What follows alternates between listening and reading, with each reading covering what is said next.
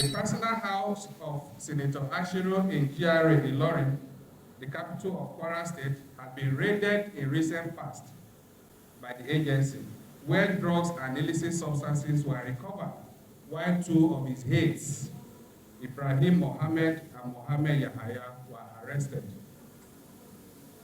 Based on credible intelligence and surveillance which confirmed that the senator's house was being used as a drug joint for drug dealers and users, the house was raided by our operatives at 1:30 p.m. on February 4, 2024, during which the two aides were arrested while a third suspect escaped arrest.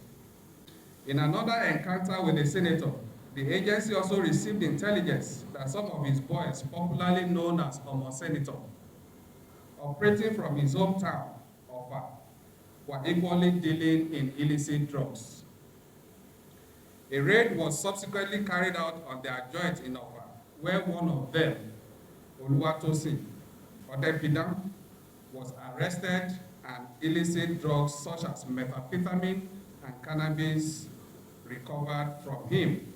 That was on June 11, 2023. The bid to get the agency to drop the case against Odepidan, including a visit to the Kwara State Command headquarters of the agency in Ilorin by the personal assistant to the senator, one Omoluabi, was revoked as Odepidan was promptly charged to court and prosecuted. Though the Kubri jumped bail in 2023, he was rearrested in 2024 after the court issued a bench warrant for his arrest. He was eventually convicted and sentenced in June 2024, that's this year. And now this brings the link to the two officers that I have beside me. On the one hand, the officer on my right was the OC in charge of the team that raided the senator's house in Ilorin GRA when his two aides were arrested. That's in February this year. On my left is another of our officers who actually led the operation to the senator's house. Don't forget, this is the head of the team. This is the officer that actually led the team that raided the senator's house.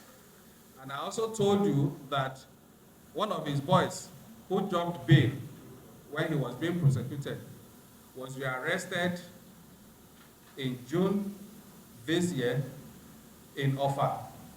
This is the current area commander in Ofa Area Command, and so he initiated that arrest after the court issued a bench warrant for his arrest after he jumped bail. So, going by this backstory, it is deductible that these encounters that the agency has had with the senator must have been responsible for his outburst, and unfortunately false allegation, the type that nobody within and outside of government has ever leveled against NDLEA before. This same agency that he wrongfully got into the headline as the most corrupt government agency in Nigeria is the same agency that has been receiving accolades from local and international bodies. Incidentally, the next day, that is the day after the senator made that disparaging statement, that's on Wednesday, October 16th, that's the next day, NDLEA in Lagos commissioned a new Marine Command headquarters building built and donated by the government of the United Kingdom. A similar facility at the Murtala Mohammed International Airport, Ikeja, Lagos, was also last year donated by the same British government. We have had other facilities donated by the United States Bureau of International Narcotics and Law Enforcement Affairs, that is INL, and executed by UNODC, that's United Nations Office on Drugs and Crime, in the past 12 months. We have been receiving various supports from the governments of France, Germany, and the US, among others. Suffice it to say that in the past 3 years, The NDLEA has emerged as a regional leader among national drug law enforcement agencies. So come to think about it, an agency so bad-mouthed by Senator Ashiru couldn't have been attracting such international goodwill and commendation for being the most corrupt government agency in Nigeria. Against the background of our encounter with people linked to Senator Ashiru, we are wont to believe that Senator Ashiru's invectives against NDLEA were born out of pure vendetta and not any opinion made in the public interest. As an agency, we have been professional in our activities and interactions with citizens as we carry out arrests daily.